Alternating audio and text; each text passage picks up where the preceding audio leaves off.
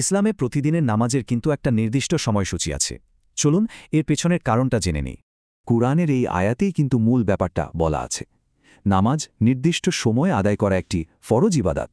এই ৫ ওয়াক্ত নামাজ সময়মতো পড়লে এর প্রতিদান কিন্তু জান্নাত, স্বয়ং আল্লাহই ওয়াদা করেছেন।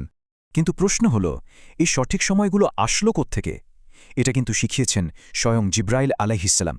পরপর ২ দিন ভরে জিব্রাইল আলাইহিসসালাম নামাজের শুরু আর শেষের সময়টা হাতে কলমে দেখিয়ে দেন।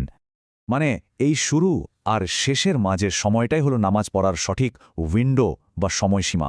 নামাজের এই সময়সূচির বিস্তারিত বর্ণনা কিন্তু হাদিসেই আছে, যেমন ধরুন তিরমিজি শরীফে। আচ্ছা, এবার জোহর নামাজের দিকে তাকানো যাক। এখানে সাধারণত মোট ১২ রাকাত নামাজ পড়া হয়। এর মধ্যে আছে ৪ রাকাত ফরজ, আর এর আগে পরে থাকে সুন্নাত ও নফল নামাজ। জোহরের ফরজের আগে সুন্নত নামাজটা নিয়ে একটা সাধারণ প্রশ্ন আছে, তাই না? দেখুন, ২ বা ৪ রাকাত দুটোই কিন্তু হাদিস দিয়ে প্রমাণিত, তবে ৪ রাকাতের সওয়াব বেশি। আর এই সুন্নতগুলো নিয়মিত পড়লে পুরস্কারটাও কিন্তু বিশাল।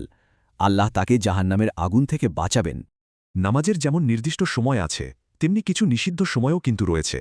মূলত এই ৫ সময়ে যে কোনো নফল নামাজ পড়া নিষেধ। এটা সূর্যপূজার অনুকরণ রুখতে করা হয়েছে। কিন্তু প্রশ্ন হল, এই নিষেধাজ্ঞা কি সব নামাজের জন্য? না, এরও কিছু ব্যতিক্রম আছে।